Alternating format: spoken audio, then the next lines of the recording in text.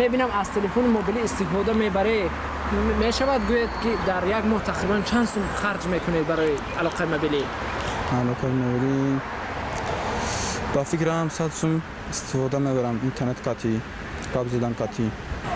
خیر من دیگر تلفن نمیکنم شخصانی که من در کار هستم خودشان بگذار تلفن کنن یعنی گفتگوتون کابلیش بله ما هم خیلی سیم کارت گرفتیم که برای که با بینمو سیم کارتمو گپ زدن ارزان‌تر می‌گردد برای یک تا سیم کارت گرفتیم و мегафон внутри сети бесплатно мегам خیلی абонентский плата هست 28 сомон 25 сомон و тарифаш ба нигоҳ мекунад тамом. лекин бе телефон масалан ҳозир фикр тасаввур мекунед ҳаётатон бе телефони мобилӣ? мумкин партия мешавад лекин ҳозир чӣ хел гӯям бачаҳо телефон мекунам ҳозир бе телефон вай илоҷ нест ба фикрам баро ки ҳар як қадам ба телефон мекунем мепурсем гудако чӣ хел оила яъне ашёи даркорӣ аст ба ҳар ҳол. бале ашёи даркорӣ аст ин телефон.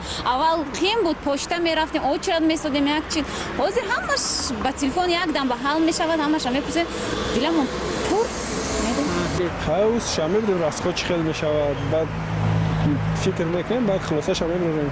агар бисёр қимат шавад чӣ тасмим мегиред? даст мекашед? қимат шавад дидрамош аст ҳавош мумкин истифода барем. яъне тарафотон иваз мекунед. Бале. Вы пользуетесь мобильным телефоном? Да. Вот примерно в месяц, если не секрет, сколько тратите вы на телефон? Примерно. 100 сомон. 100 сомон. А вот сегодня служба связи объявила, что аренда мобильного номера подорожает аж в 17 раз. Вот если будет очень дорогим связь, вы что предпринимаете? Будете сокращать свои разговоры или что будете делать? Все равно будем пользоваться. Куда все дорожает сейчас. Все равно будем пользоваться. То есть без телефона Уже невозможно. А вот как вы восприняли вообще эту новость? Вот можете сказать? Ну, не очень радостно.